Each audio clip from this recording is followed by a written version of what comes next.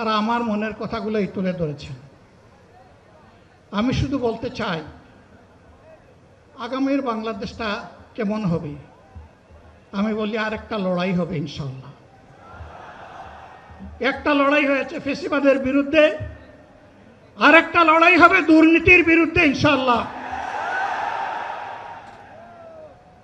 এই দুর্নীতির মূল উৎপাটন করার জন্য যা দরকার, আমরা তারুণ্য এবং যৌবনের শক্তিকে একত্রিত করে সেই লড়াইয়েও ইনশাআল্লাহ আমি জয়লাভ করব।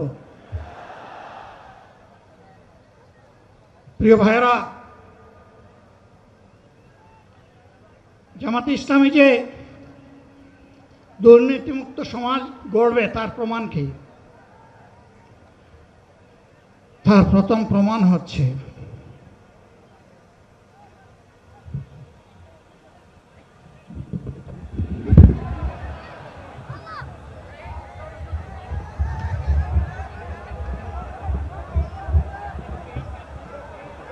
আপনারা অবস্থান করুন যার যার জায়গায়।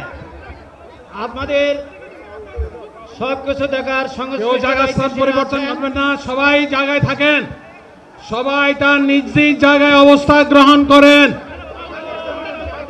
সবাই তার নিজ নিজ জায়গায় অবস্থান গ্রহণ করেন। আপনারা নিজ নিজ জায়গায় থাকুন, প্রয়োজনীয় দিক নির্দেশনা দেওয়া হবে। আপনাদের উত্তেজিত উদ্বেলিত হওয়ার কোনো কারণ নেই। মহান রাব্বুল আলামিনের একান্ত মেহেরবানিতে আমাদের প্রোগ্রাম আলহামদুলিল্লাহ, শুকরান, আলহামদুলিল্লাহ কাসিরান। সম্মানিত ভাইয়েরা, আপনারা সম্মানিত ভাইয়েরা, আল্লাহ রাব্বুল আলামিনের রসের মেহমানিতে স্বাভাবিকভাবে এই গরমের সদরে মাহফিল মুহতারাম আমিরে জামাত অচিরেই সুস্থ হয়ে যাবেন ইনশাআল্লাহ। আমি আল্লাহ তাআলার শুকরিয়া আদায় করি,